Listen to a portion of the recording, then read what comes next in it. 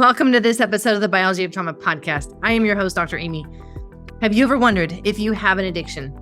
Maybe you have openly struggled with one or know someone with one.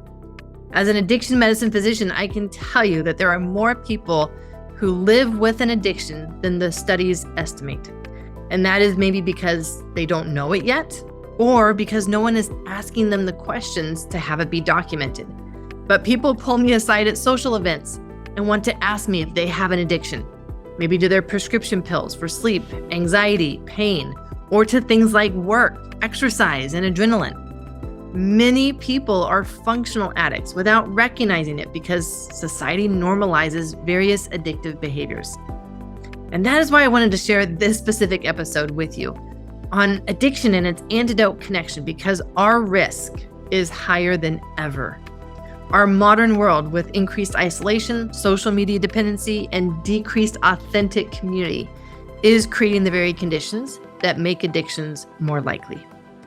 I am honored to share a powerful conversation with Joe Polish, a founder of Genius Network and Genius Recovery.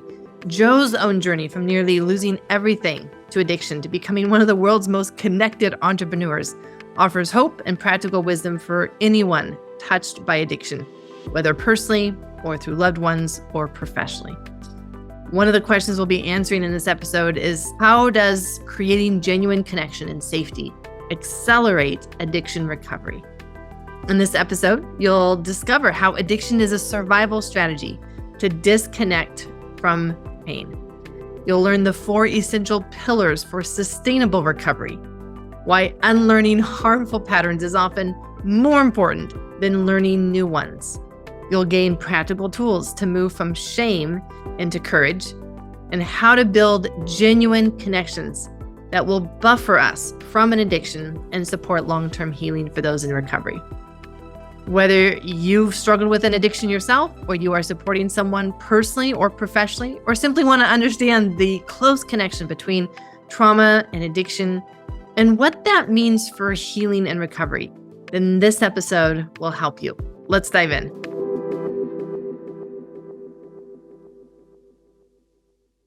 Joe, I want to thank you so much for coming on. And one of the things that you've said, it was in relationship to the documentary on Connected.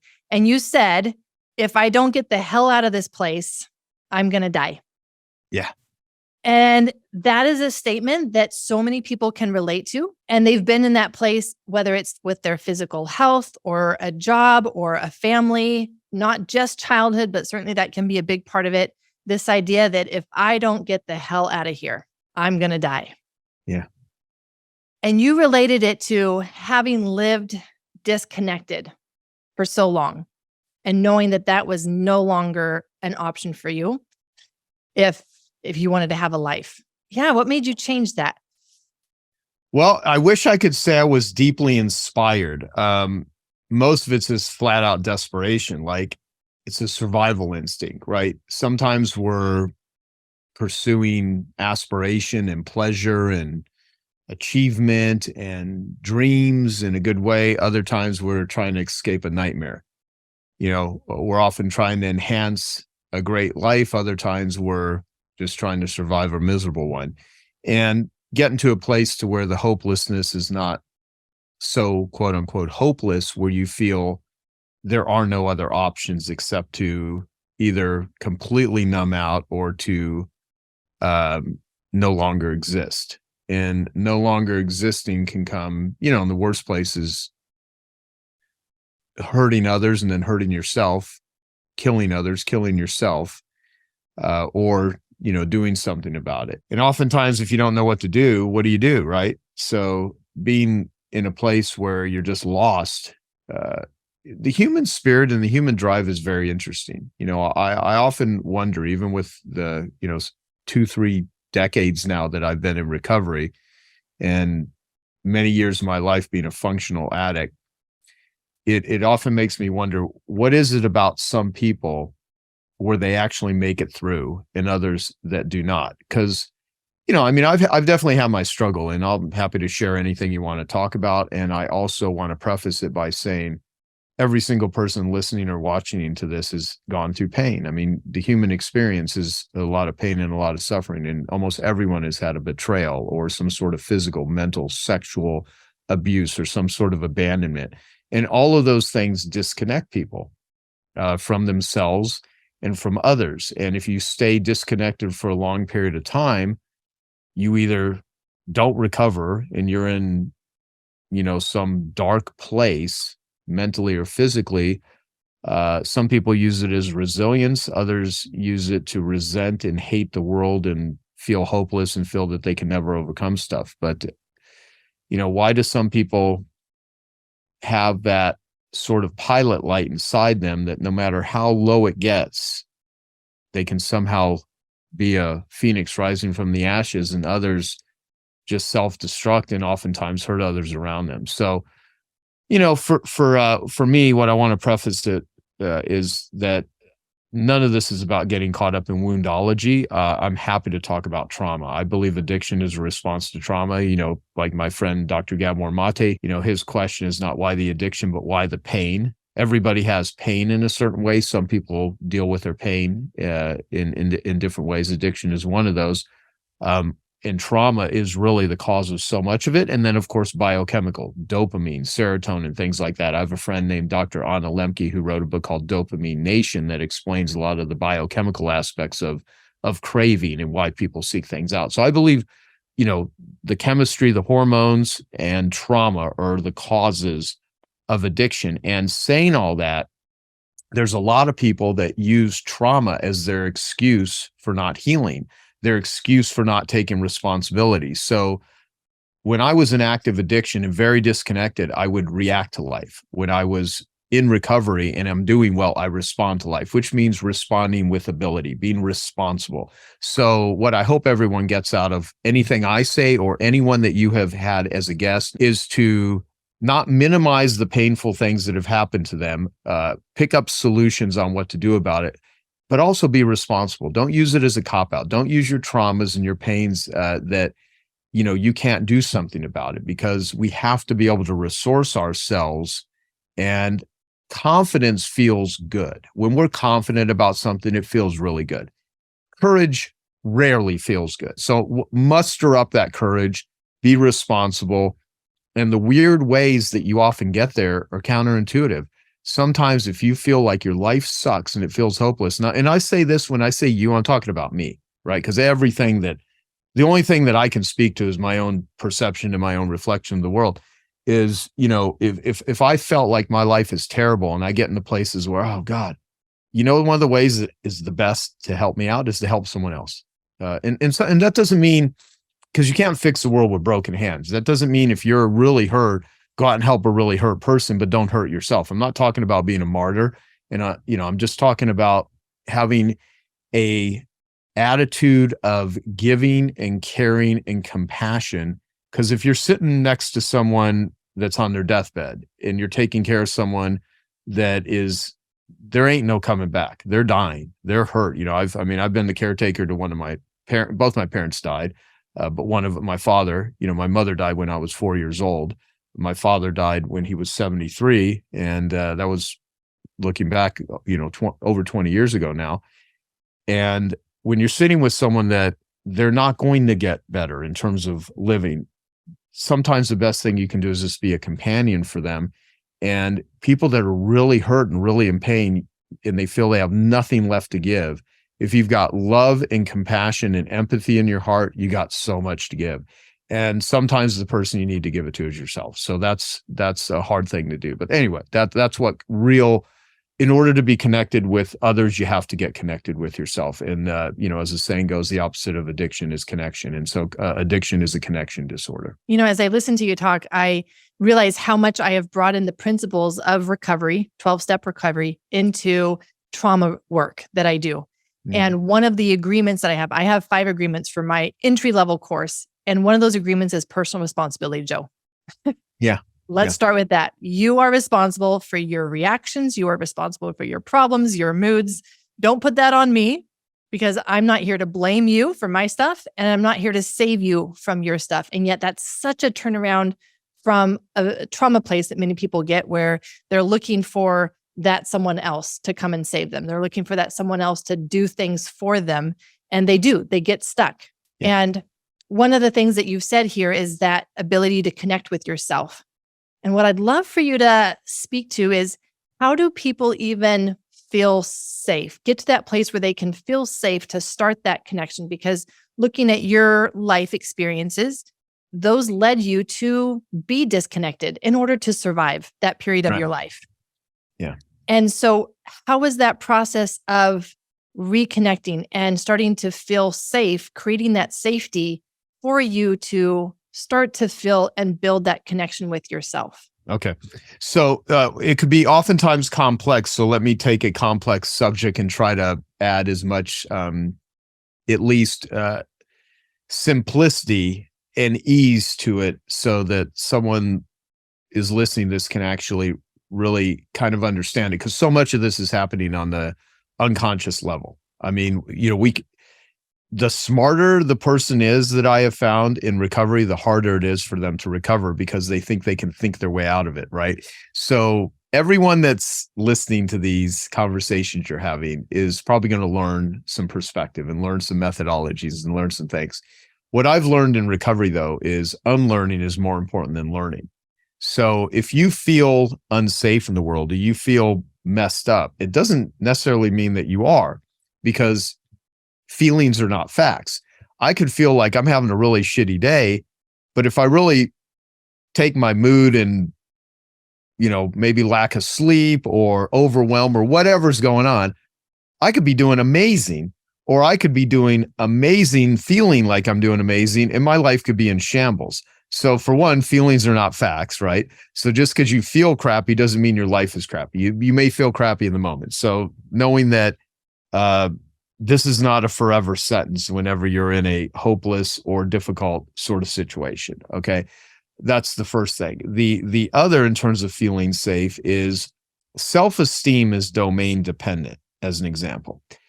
We feel higher self-esteem in different domains. When I was a drug addict, my worst stages of being a drug addict, I was 18 years old. I weighed 105 pounds one week because I was freebasing cocaine, literally every day for almost 3.5 months straight. And during one of those periods, I had hardly eaten anything. Now, during that time, I weighed about 120 pounds. But there was one week where I got down to 105 pounds. I weighed myself on a scale.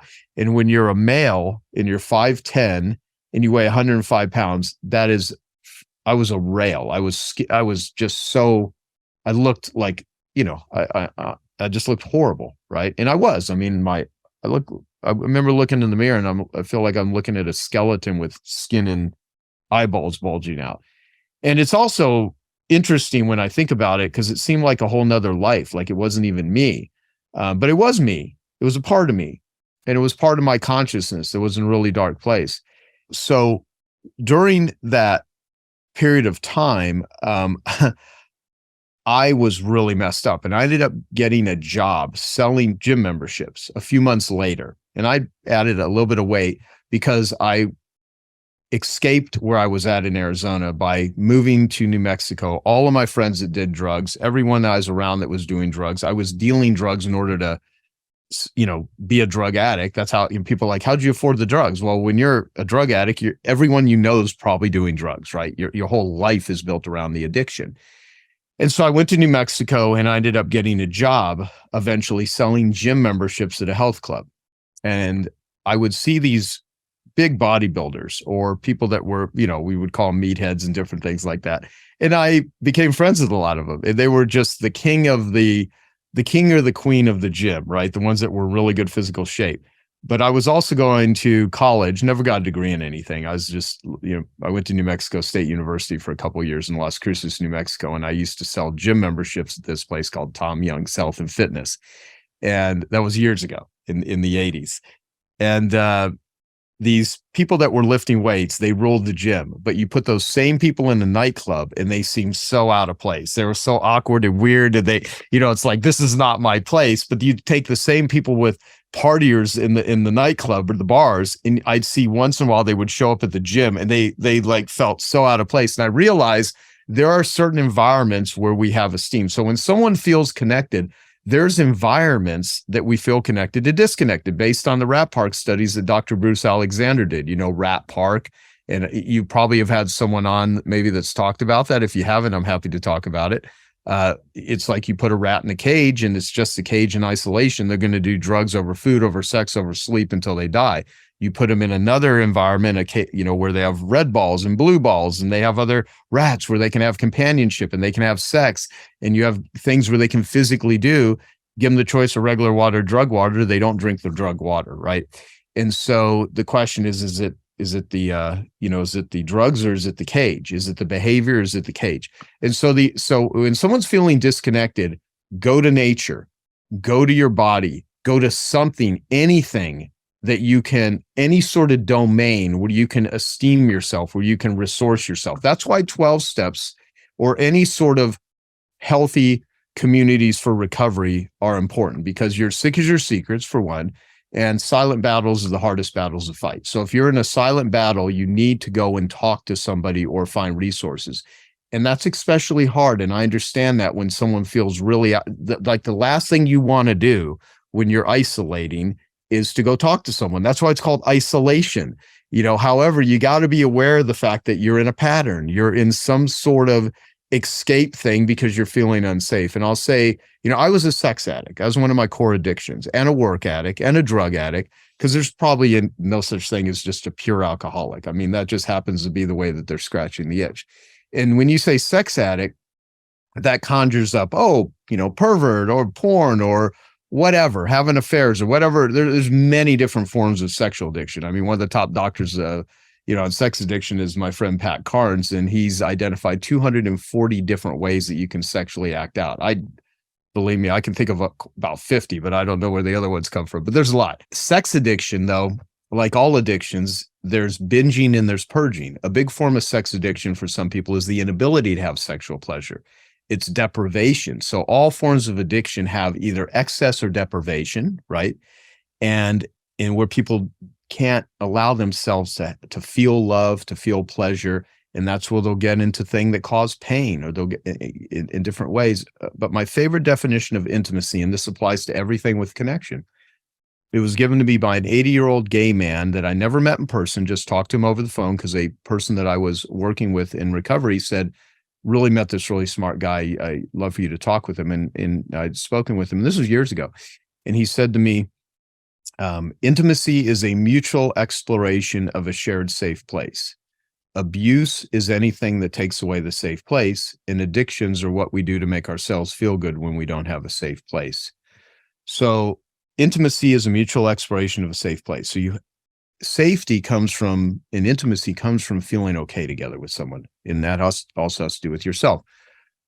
If you get abused, or there's any sort of deprivation or abandonment or hurt, sometimes abuse could be very hardcore physical violence. Other times it could just be being belittled. It could be witnessing something that a child or people should not witness. There's that saying that often goes around in 12-step groups is, God never gives us more than we could handle. Well, rehab centers and treatment centers and hospitals are filled with people that got more than they can handle. Humans get more than they can handle, and they break down. That's why people that show up and can just be there, that are the givers, that are the compassionate ones, are so critically important. And what I always try to get people to see is, you have that in you. You have that in you. Of course you do. You wouldn't be alive if you didn't have that in you. So can you resource it? And so going back to the definition of, intimacy is a mutual exploration of a shared safe place. Abuse is anything that takes away the safe place. And addictions are what we do to make ourselves feel good when we don't have a safe place. So the question is, before you start going down that path, what else can you do to feel safe and okay? And if you make that other choice when you're in a place where you can make a choice, because I don't believe addiction is a choice.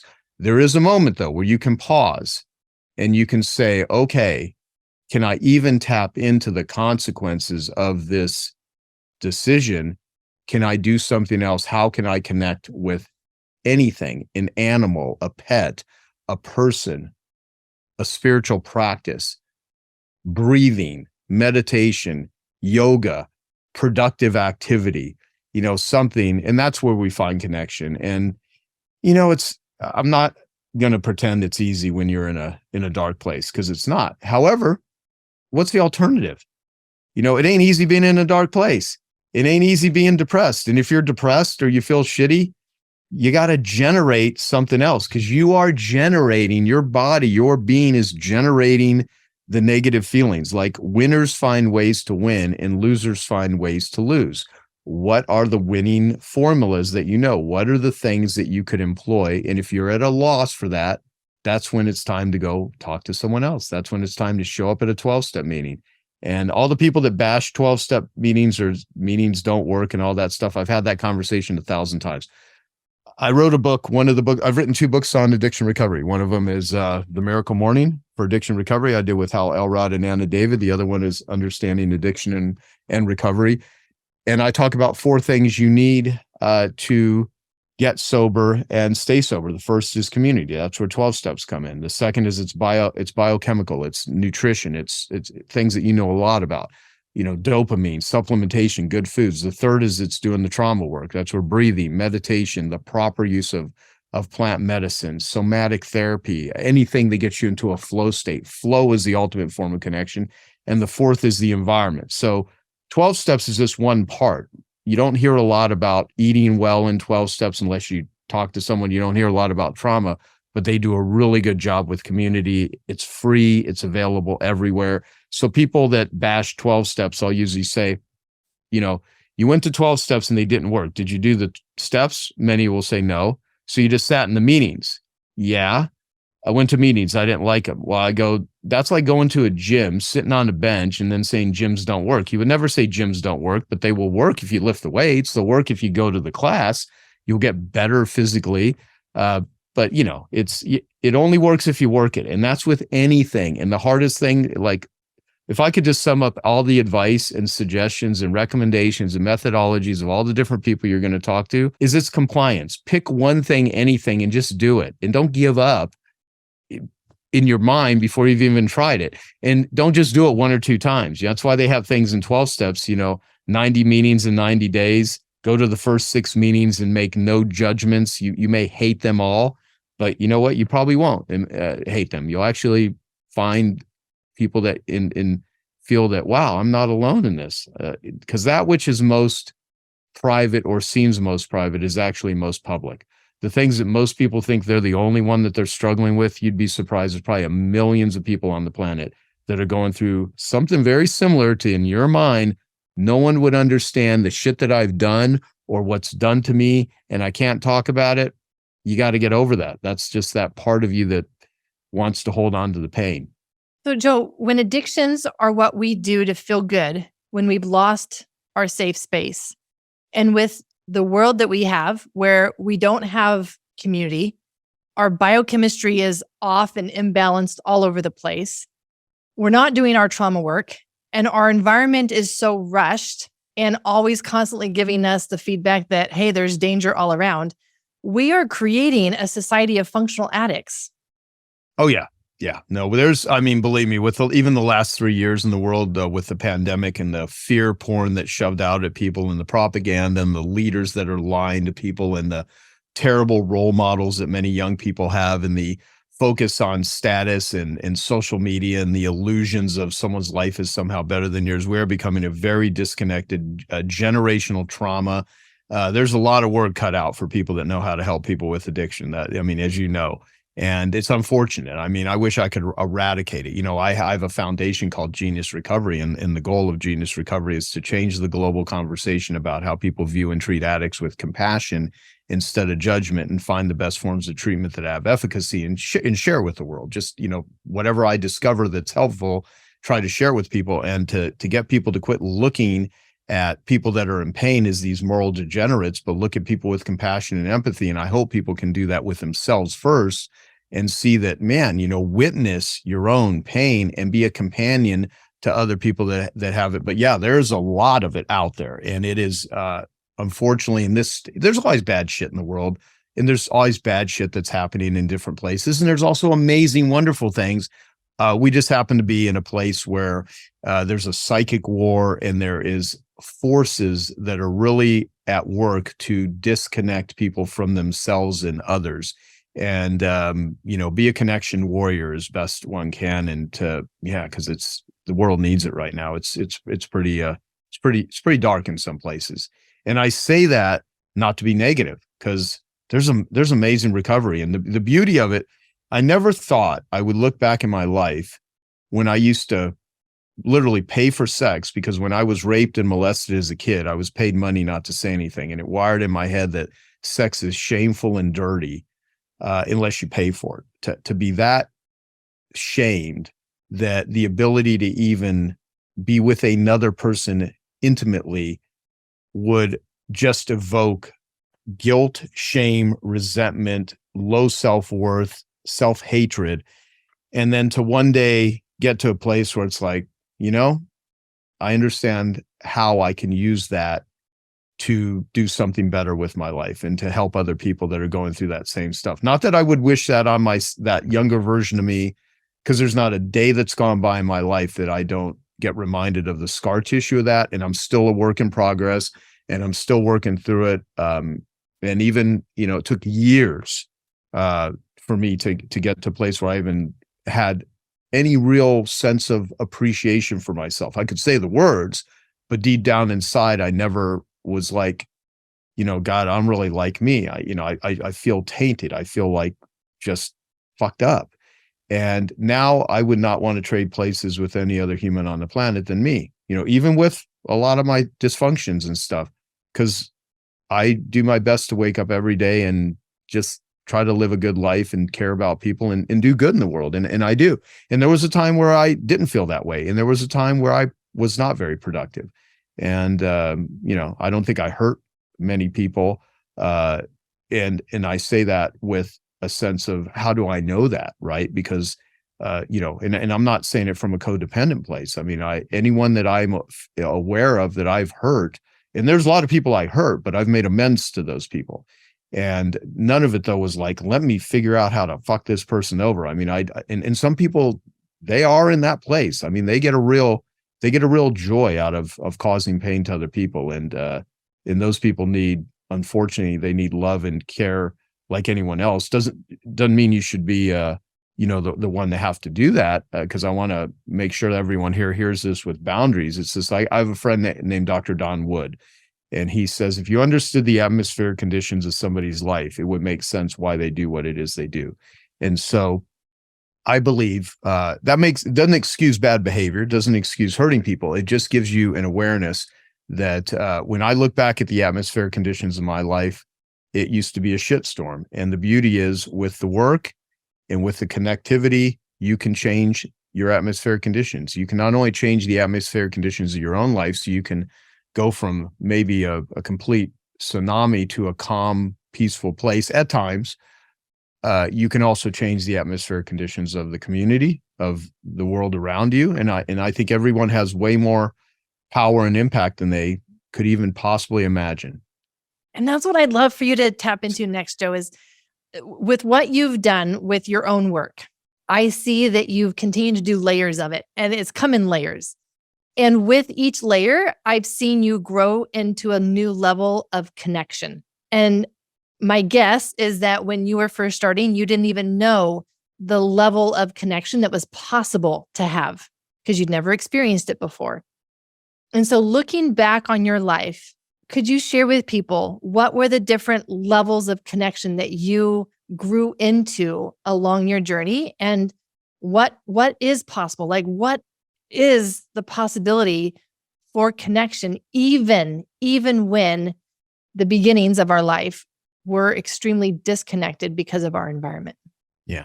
Well, I heard a saying early on when I was in my 20s, which was, be nice to the people you meet on the way up, because they're the same people you meet on the way down. Right. So part of it is, what I would recommend for people is make a list of every person, project, thing. It could be an animal, any sort of being, and any sort of activity or any sort of belief or cause that makes your heart sing. Like, think of, who are the people that you want to be a hero to? Who are the people that are already heroes to you, that you already have a relationship with? And if you were to say, how can I become 5% more connected to John or Julie or my mom or my, pet Chihuahua? Like, what would I need to do? And if you just start utilizing all of the people, so you don't use people, utilize people. Don't let people use you, let them utilize you. And if there are people that you can't get out of your life that they're a pain in the ass, just remember that everyone has a purpose in life, even if it's to serve as a bad example. So use all of the pain in the ass people in your life just as a practice to teach you resilience, patience, resourcefulness, ingenuity. You're going to run across narcissistic, sociopathic, psychopathic people. Do your best to put barriers up. If some of them are family members or you're married to them or they happen to be your children, do the best you can. I know that's tough. I know there's a lot of people that are in situations that are very hard to escape from. So I know, like, it's real easy for someone to say, oh, you should just leave this sort of thing. And people have, well, here's 101 reasons why I can't. Well, there's also probably one or two things that you can do to improve your situation and protect yourself, right? So part of it is look at everyone you're already connected with and you already appreciate. And how can you make yourself 5% more connected? Not like 100, not double, just a little bit, because that gives your brain the ability to come up with solutions. And also think about, how do you solve one problem that'll solve 10 other problems? And oftentimes people, my world is helping people with addictions and helping entrepreneurs. And I work with a lot of very successful people, and they'll be spending money and time, because I say, Tammy, your time, attention, money, effort, and energy. That's what you can spend. And if you don't have a lot of money, if you don't have any money, you got time, you got attention, you got effort, you got energy, and effort is your responsibility. So you need to put the effort into the right sort of things. And so a lot of people, they may have a tremendous amount of money and they're trying to buy their way out of all these problems, and they have all these challenges and they're overwhelmed. And you're like, well, how's your sleep? It sucks, because I say that because I have shitty sleep at times, right? And it's like, but if I solve sleep if I'm having a bunch of problems throughout the day and I'm tired, I guarantee you, if I have better sleep the next night, 10 of those problems are going to go away. So think of the problems that actually you get high leverage from. What are the relationships you get high leverage from? And part of being connected and caring about yourself is not letting the life that you have be squandered by nonsense. So think of, what are the problems that you could solve that are solvable, that you can make progress and improvement on, and who are the people that give you the highest leverage? Instead of saying, I need to go out and do all these really challenging things. Actually, no, you don't. You can, it's oftentimes, what are the little hinges that swing big doors? What are the little things that you can do? And the other thing I'll tell people is, like, once you made a list of all those people, give them appreciation. Just say, hey, tell them what you did. I was sitting there making a list of everyone that I feel really connected to, and I want to deepen and I'm just reaching out to you because I'm just trying an exercise right now. I heard this weird guy, talk about, making a list of people that you're connected to. And I just I thought of you because you're important to me. And I just want to say thank you. And I don't need you to, this is not like you need to say, I love you back, or I think that's really great. I just want to express it to you. And as a matter of fact, you don't need to say anything, because I'm practicing right now on being more assertive with my ability to connect. And you'd be surprised. It will blow people away because hardly anyone does stuff like that. I'll tell young people that want to have a bigger network in business, do, 5 handwritten notes, postcards a day. And if you can't do that, do audio or video text and send it to people that you know and people you don't know. And if you did that every day, 5 days a week, not even 7 days a week, and you do that for like a year, your life will be completely different. Now, if you take that to recovery and you reach out to people that are struggling with recovery, or you say, okay, who needs my help? You go to a meeting and you really, they would call it, before the internet existed, the 500-pound phone receiver to pick up that phone. Oh my God, I have to make a phone call and talk to someone. Yeah. That's why you're feeling all fucked up and scared about it, because you don't do it. But like with anything else, why don't more people get in better physical shape? They don't want to work through the burn. When you first start lifting weights, or you go running for the first time in a long time, or you do a yoga class for the first time, you're going to feel painful. It's going to hurt a little bit. You're going to be sore. But if you do that for a couple of weeks and you work through the burn, that's what you got to do. You got to work through the burn. So don't expect the first beginning steps, to do it. But the issues are in the tissues. It can't just be an intellectual exercise. You got to get out in nature. You got to get into the body. Connection happens not just in the mind and in the thinking process. It happens in the heart. It happens in the gut. I mean, you can, be more connected, improve your diet 5% more, drink 5% more water, get 5% a little bit of sleep, put up with 5% less bullshit. So someone's like, well, I don't have time. Okay, look at all of the things you're spending your time on that are wasting, and just, even if you gave yourself 5 minutes to, see, I'm not telling anyone to do something that they don't have the time to do. Part of it is like, if you're totally strapped, you just swap it out. It's one thought process for another. So, go to the people that you already have some semblance of relationships with. And in my new book, I wrote a book called What's in It for Them. That's the latest book I wrote. I have a chapter called Be the Type of Person You Would Always Answer the Phone For. And people are like, well, how do I connect with people? It's like, well, for one, you want to be the type of person people want to connect with. So for the next 5 to 10 phone calls you get, and if you don't, because a lot of young people never use the phone for phone calls, they use it for text messages and stuff. It could be a social media post, it could be a text, it could be whatever form of communication, even if you're like using AI in order to send a message to someone. Like the next 5 to 10 messages you get, do you feel woo or do you feel ah? Because people want more woo and less ah. And if you're getting woo from this person, why? What is it about that person? And what I say is it's usually because they show up with a give that's equal to or greater than their want. We all want something, but if you want something, show up with a give. And sometimes the give is you don't have anything to give, but you can give courtesy. You can give appreciation. You can connect with anyone. Someone opens the door for you, say thank you. If you go somewhere, someone looks like they're stressed out, saying, hey, a server, man, thank you for just doing what you're doing, because you probably have a lot on your plate right now. You don't need to be sophisticated. You just need to connect. And if you start doing that, you will see that the world is craving connection. There's so many wilting plants, metaphorically speaking, that just need a little bit of water and sunshine. And if you're a wilted plant, metaphorically speaking, where can you find some water? Where can you find some sunshine? Where can you find some nourishment? And you can give it to yourself, but you can also go out into the world and get it from others. And one of the ways you get it from others is you give it to them first. And if you give it to them first, it will come back to you, because life gives to the giver and takes from the taker. Thank you for tuning into this episode of the Biology of Trauma podcast. If you would like to know more, then I have resources for you in the show notes. One of the links that I will put in the show notes is the link to my 15 tools for the biology of trauma. If you are interested in the biology repair of stored trauma in the body and to decrease the biological drive for addiction, then you will want this free guide on the 15 easiest biology of trauma tools to implement. If you're interested in addressing some of those biological impacts, the brain inflammation is where I would encourage you to start with. Brain inflammation is a big part of addictions. I take magnesium calm in order to help my brain inflammation, and I'll have a link for that there. There's also a few related podcast episodes and YouTube videos. Episode 93 is on lithium and how lithium is an often forgotten nutrient that can help us regulate the nervous system, helping with both depression and addiction. That was with Dr. James Greenblatt. Episode 103 was on supporting addiction recovery with embodiment through the felt sense with Janet Winhall.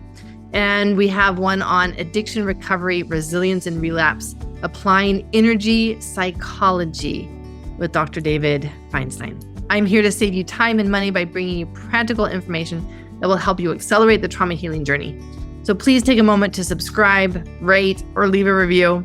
Your feedback is how I know how to improve this podcast, bring you great content, and help others find information that will change their life. I'm your host, Dr. Aimie. Until next episode, lots of love.